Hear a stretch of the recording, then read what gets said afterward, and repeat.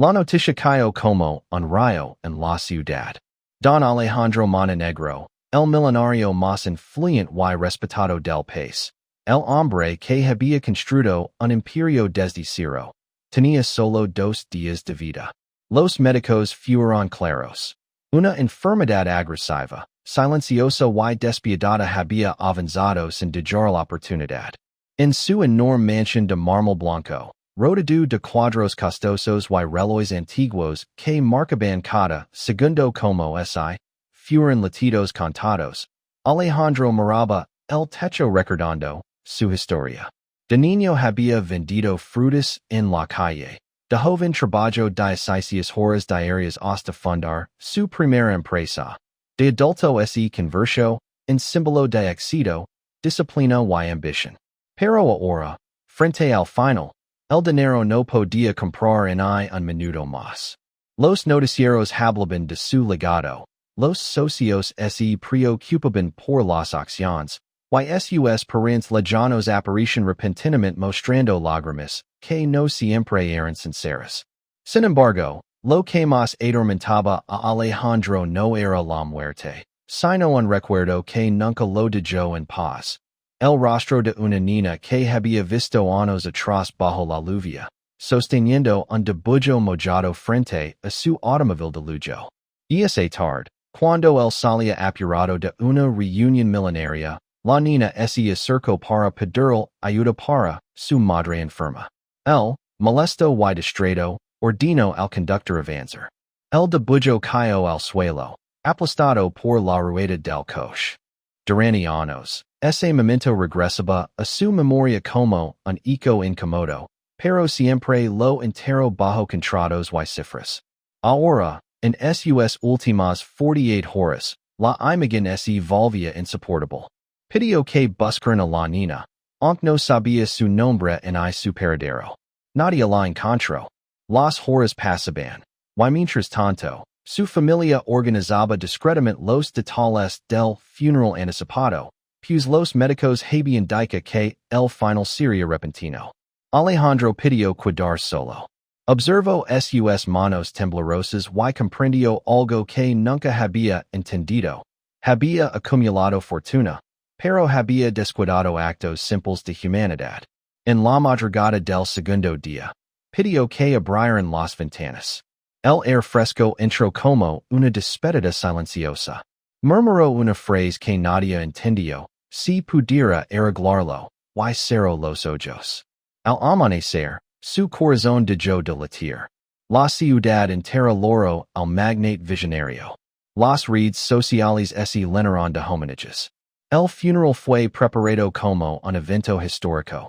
Flores importadas, músicos de orquesta, discursos de empresarios y políticos. Todo era grande, solemne, perfecto.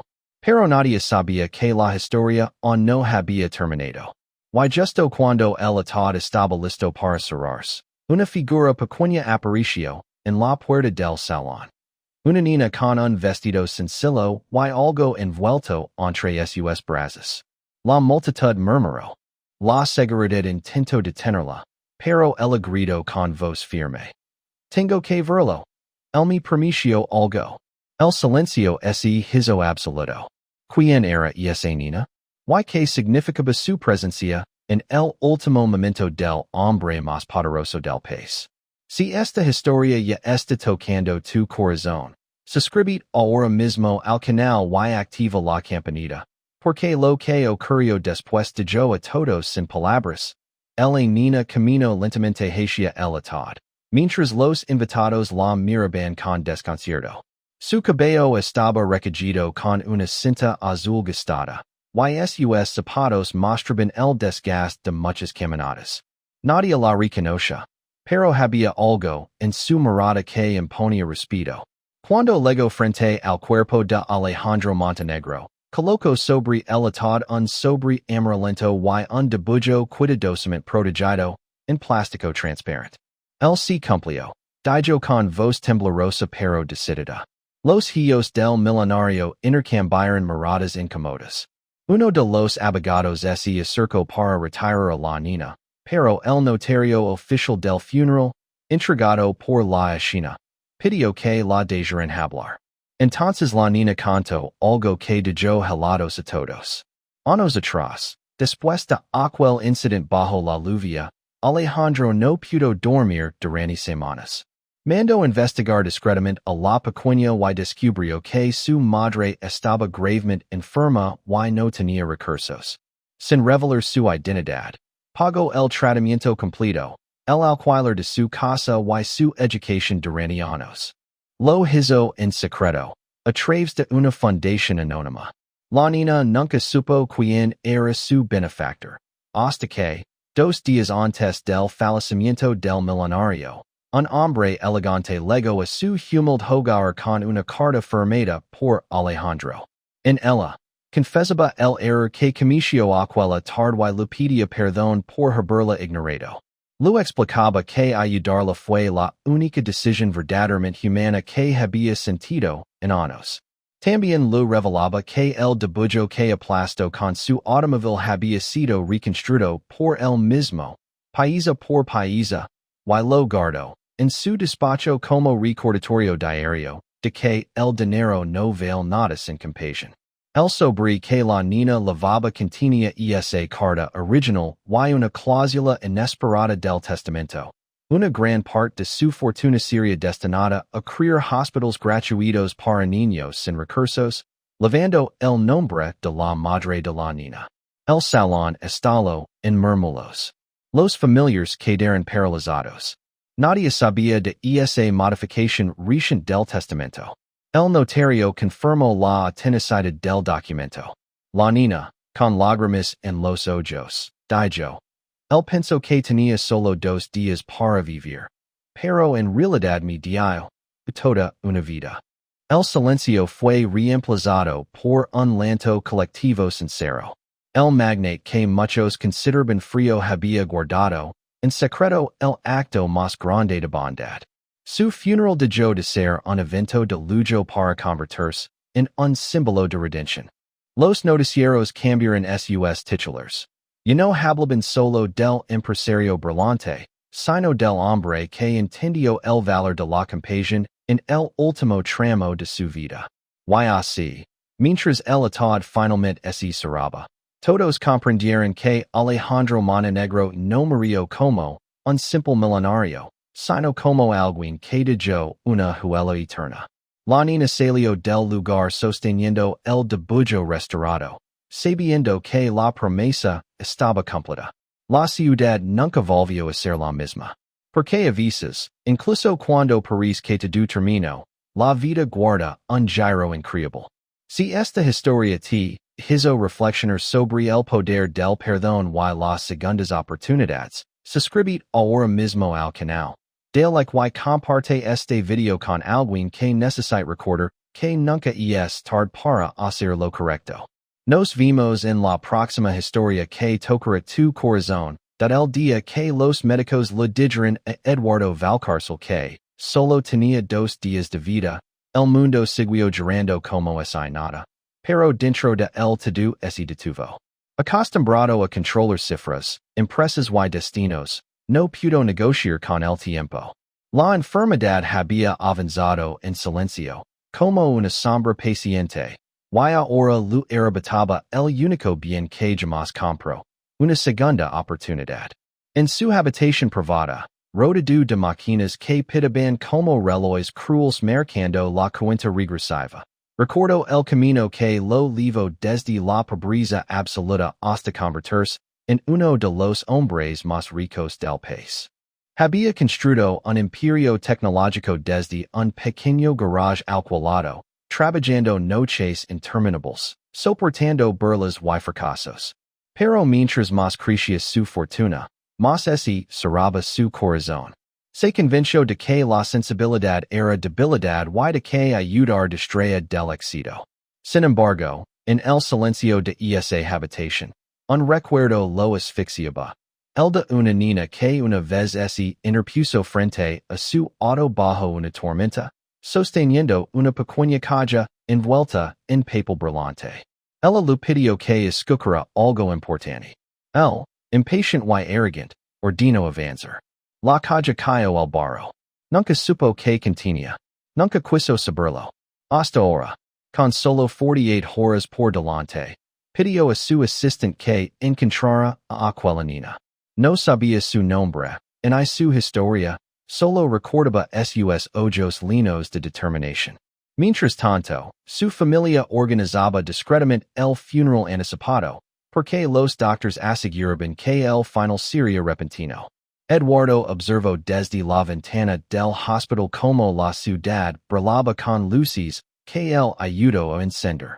De que serve iluminar edificios si deje corazones en la oscuridad, murmuró. Esa noche pidió papel y escribió una carta con manos temblorosas. Confieso errors, habló de arrepentimientos y dio instructions que NADIE esperaba. Al amanecer del segundo día, su respiración se volvió frágil.